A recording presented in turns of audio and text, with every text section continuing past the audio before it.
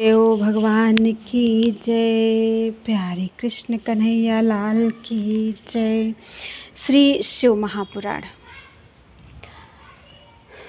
39वां अध्याय मंडप वर्णन। शिव जी की बारात निकल चुकी है, मंडप में पहुंच चुके हैं शिव जी। पार्वती खंड चल रहा है रुद्र संहिता का।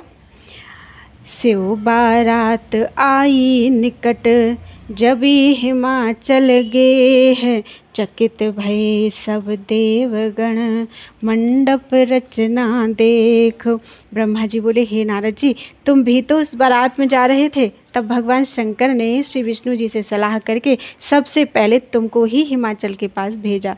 वहां पहुंचकर तुमने विश्वकर्मा के बनाए हुए मंडप को देखा तो आश्चर्य करने लगे। वहाँ रत्न जड़ित सोने के लाखों कलश थे। बड़े बड़े केलों के खंभों से वह सज रहा था। परम शोभायमान मंडप को देखकर तुम अपनी सुध बुध खो बैठे। भगवान शंकर के चित्र को देखकर उन्हें साक्षात समझकर तुम हिमाचल से बोले, हे पर्वतराज, क्या देवता तथा महर्षियों के साथ विवाह के लिए भगवान शंकर आ गए? तब तुमको मंडप के चित्रों में चकित जानकर हिमालय ने कहा, हे नारद जी, वे तो अभी नहीं आए, तुमको भ्रम हो गया है। अभी आप स्वस्थ हो लें, फिर मेरी ओर से मैनाक आदि मेरे पुत्रों को साथ लेकर आप वहां जाएं, उन्हें बारात के साथ आदरपूर्वक यहाँ ले आएं। ब्रह्मा जी बोले, तब तुम मैनाक आदि हिमाचल के पुत्रों को साथ लेकर सदाशिव के पास आ गए। तब मैं एवं विष्णु आदि देवता तुम्हें घेर कर पूछने लगे, हे नारद जी, वहाँ का क्या समाचार है? वहाँ तुम्हारा सत्कार हुआ कि नहीं? अपनी पुत्री श्री पार्वती जी का विवाह भगवान शंकर के साथ हिमाचल करना चाहता है कि नहीं? इत्यादि प्रश्न सुनकर मुझे तथा विष्णु एवं इंद्र को एकांत में ले जाकर तुमने कहा कि हे देवताओं, हिमाचल ने एक ऐसा मंडप बनवाया है जिसमें तुम सब देवताओं के जीते जागते चित्र लगे हुए हैं। मैं तो उन्हें देखकर अपनी सुध-बुध ही खो बैठा था। इससे मालूम होता है कि वह आप लोगों को मोहित करने के विचार में है। इतना सुनते ही इंद्र तो बहुत ही डर गया। बोला, हे लक्ष्मी के स्वामी भगवान विष्णु, त्वष्टा के पुत्र को मैंने मार दिया था। उसी का बदला लेने के लिए मेरे सिर पर विपत्ति ना आ जाए, मैं ना मारा जाऊं। मैं तो संदेह में पड़ गया हूं। तब विष्णु जी ने इंद्र के प्रति कहा, हे इंद्र, मालूम होता है कि अवश्य ही वह हिमाचल मूढ़ हमसे बदला लेना चाहता है, क्योंकि तुमने पहले मेरी आज्ञा से पर्वतों के पंख काट डाले थे। यही बात उसको स्मरण है, इसलिए वह हमें जीतना चाहता है, परंतु हमें डरना नहीं है। हमारे तो भगवान शंकर हैं ही, फिर किस बात का डर? ब्रह्मा जी बोले, हे नारद जी, इस प्रकार की गुप्त बातें करते हुए उन देवताओं से लौकिक गति दिखाते हुए भगवान शंकर बोले, हे देवताओं, क्या बात है? स्पष्ट कह दो। हिमाचल अपनी पुत्री का विवाह मेरे साथ करेगा या नहीं? इस प्रकार शंकर भगवान के वचन सुनकर, नारद जी, तुमने कहा कि हे भगवान, विवाह तो आपका निश्चित है, उसमें कोई विघ्न नहीं, इसलिए हिमाचल ने अपने पुत्रों को मेरे साथ भेजा है। आपको आदरपूर्वक ले जाने के लिए ये लोग आए हैं, किंतु देवताओं को मोहित करने के लिए हिमाचल ने मंडप में विचित्र से चित्र बनवाए हैं। इससे उसकी माया फैल रही है, यही बात है। इतना सुनकर भगवान शंकर देवताओं को समझाते हुए बोले, हे देवताओं, भय मत करो। जब हिमाचल अपनी पुत्री हमें समर्पित कर रहा है तो उसकी माया हमारा क्या बिगाड़ेगी? हे देवताओं, डरो मत, शीघ्र चलो। भगवान शंकर की इस प्रकार की आज्ञा पाकर हिमाचल के पुत्रों को आगे करके सभी देवता भगवान शंकर के साथ हिमाचलपुर पहुँचे। बोलो वृंदावन बिहारी लाल की जय। 40वां अध्याय देवता तथा पर्वतों का मिलाप। कर अगवानी बरात की, सुखी भय हिमबान, मैना भी आई वहाँ, देखन स्यो भगवान। ब्रह्मा जी बोले, हे नारद जी, आप शंकर विष्णु आदि देवताओं के साथ हिमाचलपुर में आ पहुँचे। उनका आगमन सुनकर आनंदित होकर हिमाचल पर्वतों को साथ लेकर उनकी अगवानी करने पहुँचे। भगवान शंकर की बारात देखकर हिमाचल चकित हो गए। उसके बाद पूर्व और पश्चिम के समुद्रों के मिलने की भांति देवता और पर्वत आपस में परस्पर मिलने लगे। उसके बाद हिमाचल भगवान शंकर के पास पहुंचे, उन्हें प्रणाम किया। इसी प्रकार सब पर्वतों ने प्रणाम किया। उस समय भगवान शंकर की शोभा निराली थी। नाना प्रकार के आभूषण से शोभित और अपने प्रकाशमय अंगों से दिशाओं को प्रकाशित करने वाले महादेव जी दूल्हे के रूप में वृषभ पर विराजमान थे। हिमाचल ने बारंबार प्रणाम किया, फिर उनकी आज्ञा लेकर संपूर्ण देवताओं को ठहराने के लिए प्रबंध किया, फिर वेदी के निकट आकर स्नान किया। इसके बाद दान पुण्य करके अपने पुत्रों को बुलाकर कहा कि तुम लोग भगवान शंकर की जाकर प्रार्थना करो कि हमारे पिता हिमाचल अपने बंधुओं के साथ बराचार मिलनी करने के लिए आपका रास्ता देख रहे हैं। इस प्रकार पिता की आज्ञा पाकर हिमाचल पुत्रों ने जाकर भगवान शंकर को प्रणाम किया और पिता की कही हुई बात जाकर सुना दी।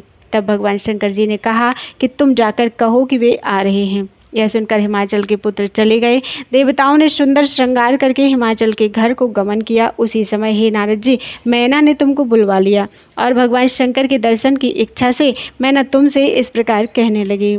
बोलो वृंदावन बिहारी लाल की जय। 41वां अध्याय, शिव की अनुपम लीला।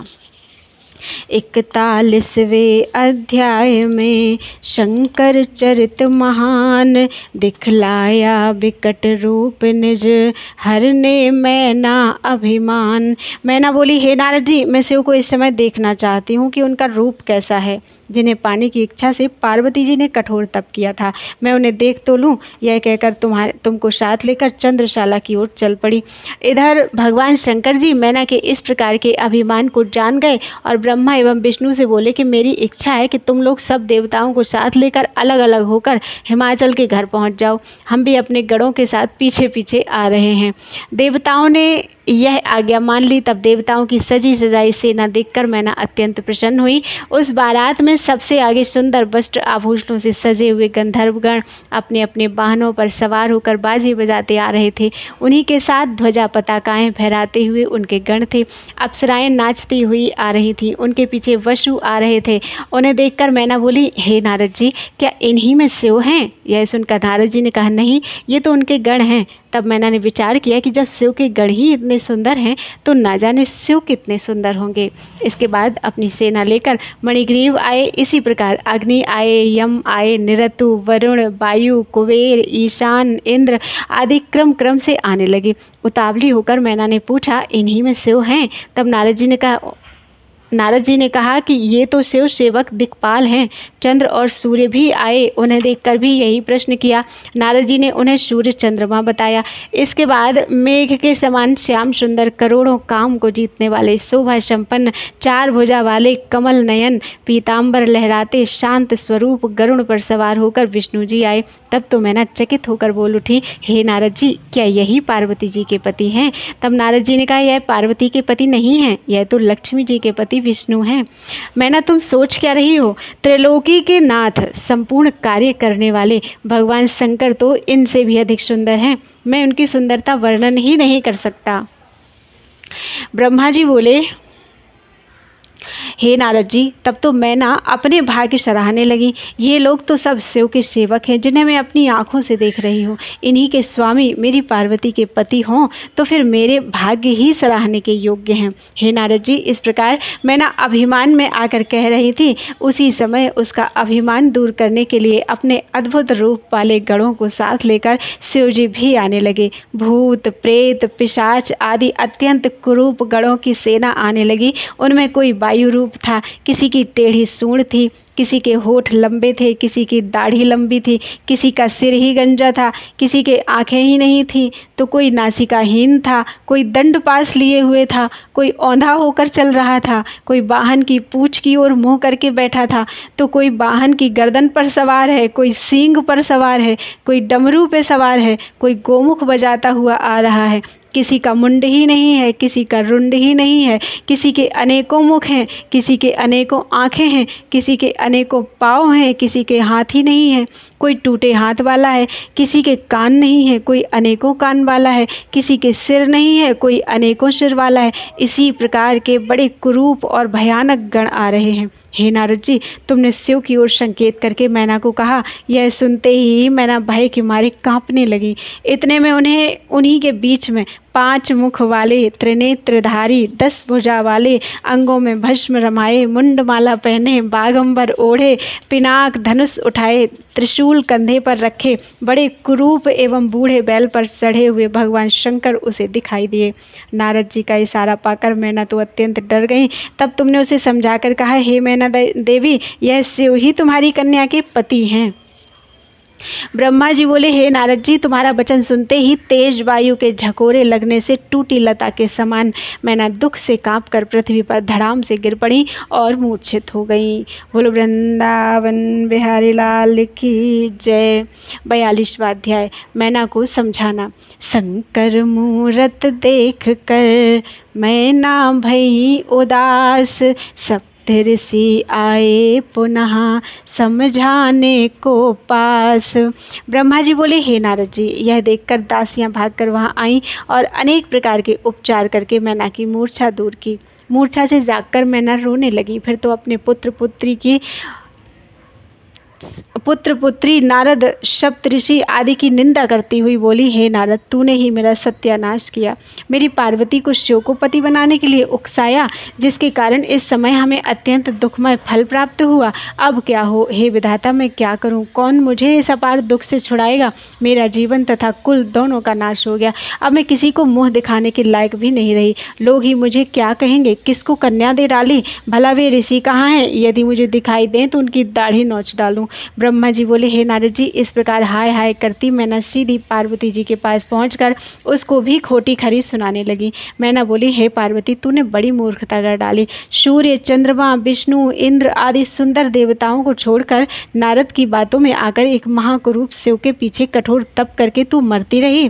तुझे समझाया गया, फिर भी तू हट पर अड़ी रही। इस प्रकार की तेरी बुद्धि, तेरा रूप एवं तुझे धिक्कार ही धिक्कार है। मैं तो तुझे अभी मार डालती हूँ। तुझे जीवित रखने का कोई प्रयोजन भी नहीं है। मैं भी तुझे मारकर आत्महत्या कर लूंगी, भले ही मुझे नरक भोगना पड़े। तुझे इस नरक में नहीं पड़ने दूंगी। ब्रह्मा जी बोले, हे नारद जी, इस प्रकार मैना क्रोध के मारे बड़बड़ाती हुई हिमाचल के पास पहुंची। उस समय चारों ओर हाहाकार होने लगा। सबके सब देवता वहां आ पहुंचे। मैं ब्रह्मा भी वहां पहुंच गया और तुम भी वहां आ गए। तो तब तुमने मुझे देखा। फिर मैना से कहने लगे, हे मैना देवी, तुमने शिव स्वरूप देखा ही कहाँ है? अभी जो कुछ तुमने देखा है वह तो उनकी लीला मात्र है एवं उनकी लीला का ही रूप है। हे मैना जी, आप क्रोध को त्याग कर स्वस्थ हो जाओ, कार्य आरंभ करो। इतना सुनते ही मैना भड़क कर तुमसे बोली, ओ नीच नारद, मेरे सामने मत आ, अभी अभी यहाँ से निकल जा, मैं तुझे देखना नहीं चाहती। तब इंद्र आदि लोकपाल मैना को समझाने लगे। बोले, हे मैना, मालूम है यह शिव कौन है? यह तो जगत के स्वामी हैं। तुम्हारी कन्या के तप द्वारा प्रसन्न होकर ही तो उन्होंने पति होने का वर दिया है।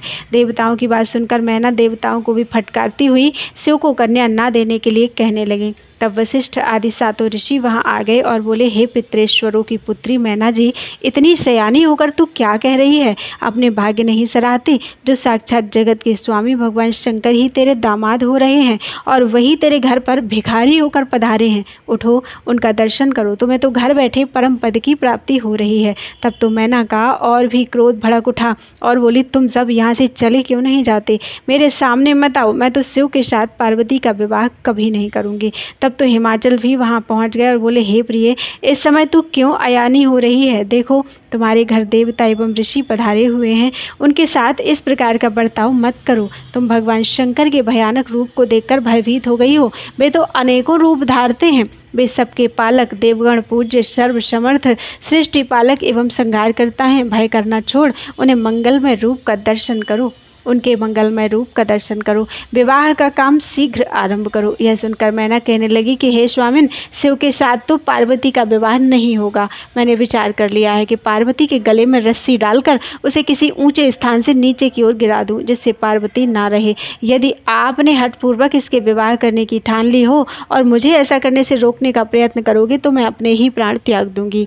ब्रह्मा जी बोले, यह कहकर मैना बहुत ही जोर से रोने लग गई। तब तो हे नारद जी, मैं स्वयं वहां पहुंचकर समझाने लगा। मैंने कहा, हे मैना, तुम तो व्यर्थ में ही इतना बखेड़ा कर रही हो। भगवान शिव तो अनेकों रूप धारण करते हैं, अनेकों नाम वाले हैं। सृष्टि का पालन तथा संहार उन्हीं के हाथ में है। वह सर्वथा स्वतंत्र ईश्वर हैं। सर्व काम बिगाड़ने वाला, अपना हट छोड़कर पार्वती का उनके साथ विवाह कर दो। यह सुनकर रोते रोते मैना कहने लगी, बस करो पितामह, व्यर्थ झूठी प्रशंसा ना करो। मैं अपनी आंखों से शिव का रूप देख चुकी हूँ। ब्रह्मा जी बोले, मैना अपने हट पर अड़ गई। तब वहाँ विष्णु पहुँचकर मैना को समझाने लगे। विष्णु जी ने कहा, हे मैना देवी, तुम तो पितृस्वरों की पुत्री हो, धर्म का आधार लेकर चलने वाली शयानी हो। इस प्रकार का हट करना तुम्हें उचित नहीं। शिव को अभी तुमने देखा ही क्या है। वे तो निर्गुण भी हैं, सगुण भी हैं, सुंदर भी हैं, कुरूप भी हैं। सभी उनका पूजन करते हैं। वे ही सज्जनों की गति हैं। मूल प्रकृति ईश्वर एवं पुरुषोत्तम को प्रथम उन्होंने ही रचा है। उन्हीं से ही मैं तथा ब्रह्मा दोनों उत्पन्न हुए हैं। उसके बाद सारे लोगों के हित के लिए अपनी इच्छा से भगवान रुद्र ने अवतार धारण किया है। उन्हें तो विवाह से क्या प्रयोजन, केवल पार्वती के तप से प्रसन्न होकर तेरे द्वार पर पधारे हैं। अतएव अब अज्ञानमय दुख को त्याग कर शिव का भजन करो, जिससे परम आनंद प्राप्त हो। ब्रह्मा जी बोले, हे नारद जी, भगवान विष्णु के इस प्रकार समझाने पर मैना कुछ स्वस्थ हुई और कहने लगी, हे विष्णु जी, मैं शिव जी के साथ अपनी कन्या का तभी विवाह करूंगी जब वह अपना असली रूप धारण कर आएंगे, अन्यथा नहीं करूंगी। बोलो वृंदावन बिहारी लाल की जय। 43वां अध्याय, शिव का सुंदर स्वरूप दर्शन। सुखी किए पुरजन सभी, रख कर सुंदर रूप, मैना भई प्रसन्न लखी, सुंदर रूप अनूप। ब्रह्मा जी बोले, हे नारद जी, उस समय मैंने ही तुमको तथा विष्णु जी को भगवान शंकर के पास भेजा। तुम वहां जाकर उनकी स्तुति करने लगे। अंतर्यामी भगवान शंकर ने प्रसन्न होकर अपना सुंदर एवं अद्भुत स्वरूप बनाकर आपको दर्शन दिए। तब आप प्रसन्न होकर मैना के पास भागते आए। आकर मैना से बोले, हे मैना जी, अब चलकर भगवान शंकर के दर्शन करो।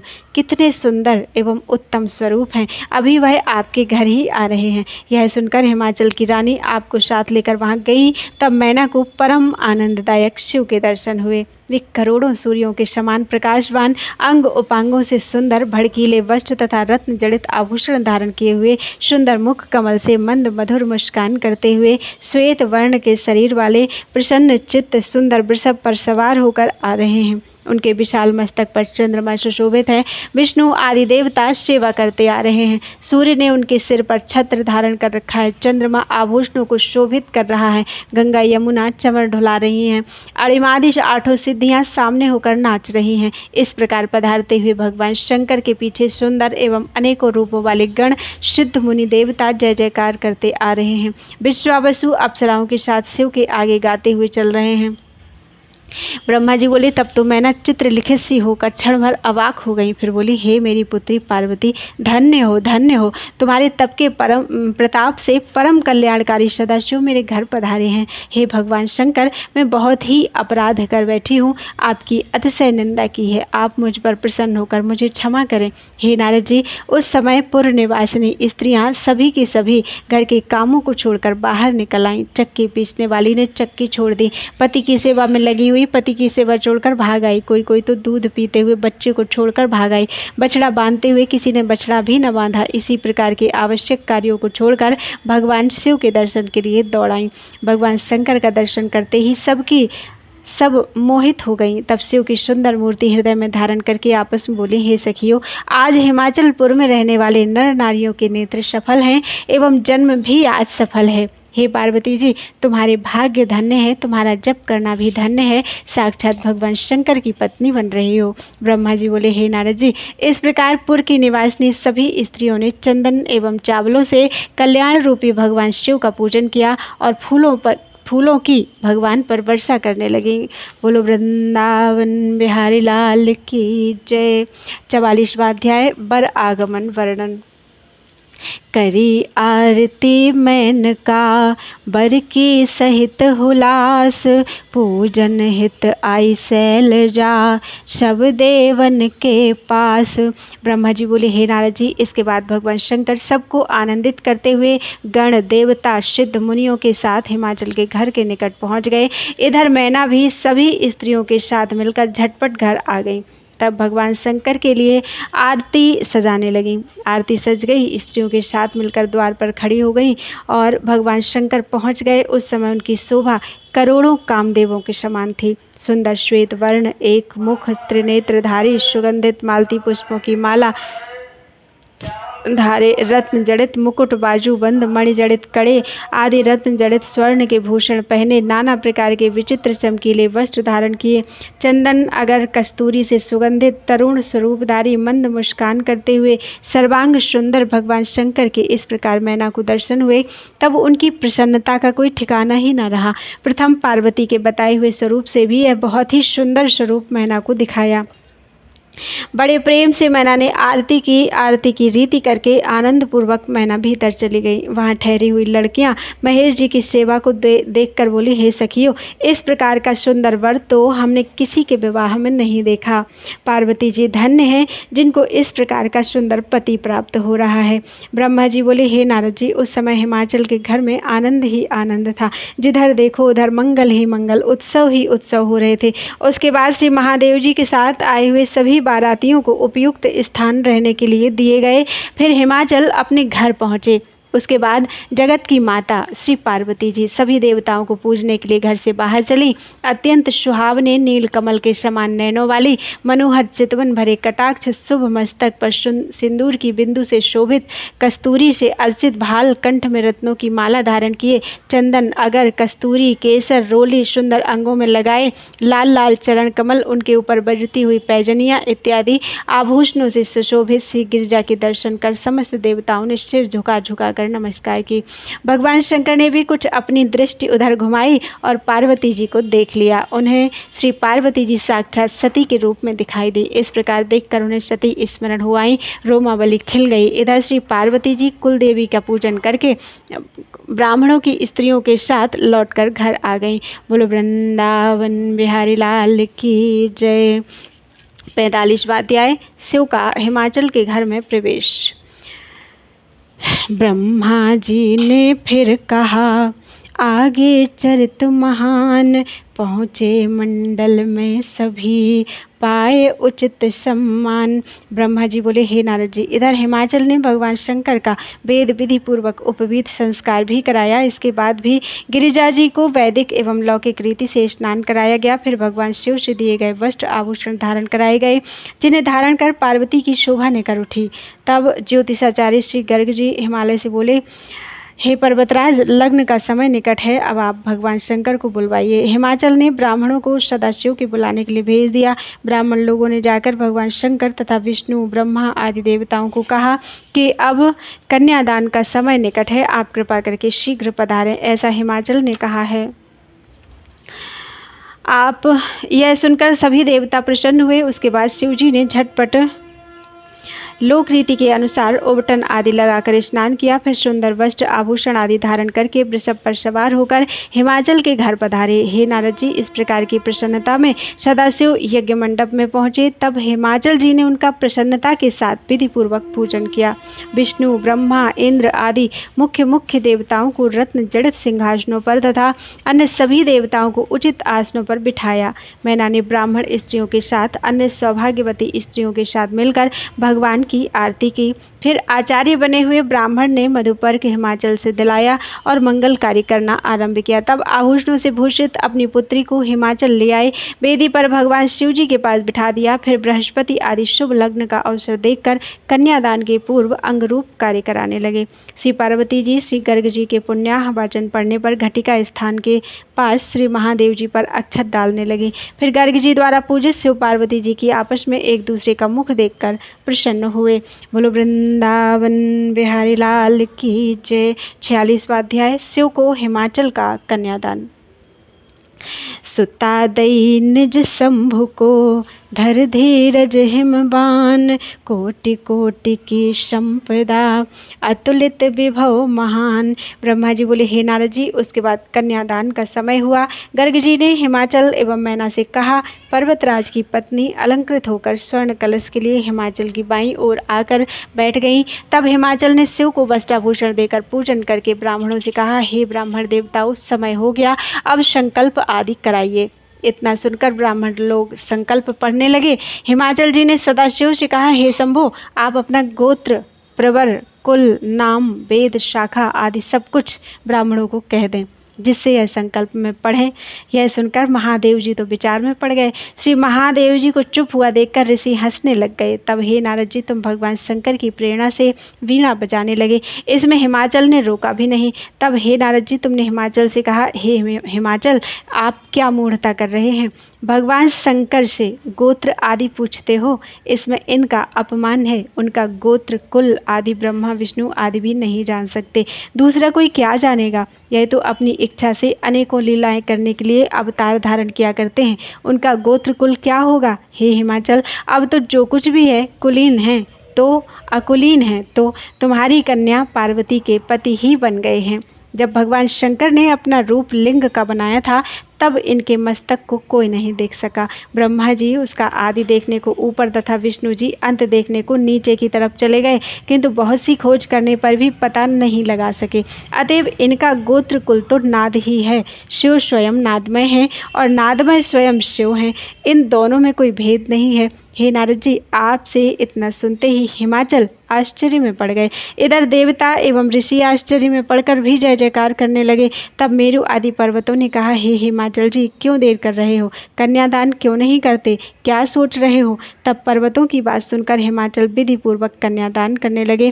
प्रतिज्ञा संकल्प करते हुए हिमाचल ने कहा, हे सकल ईश्वर सदाशिव, आपको मैं अपनी कन्या दान करता हूँ, इसे धर्मपत्नी के रूप में स्वीकार करें। इस प्रकार कहकर जल तथा कन्या का हाथ सदाशिव के हाथ में अर्पण कर दिया।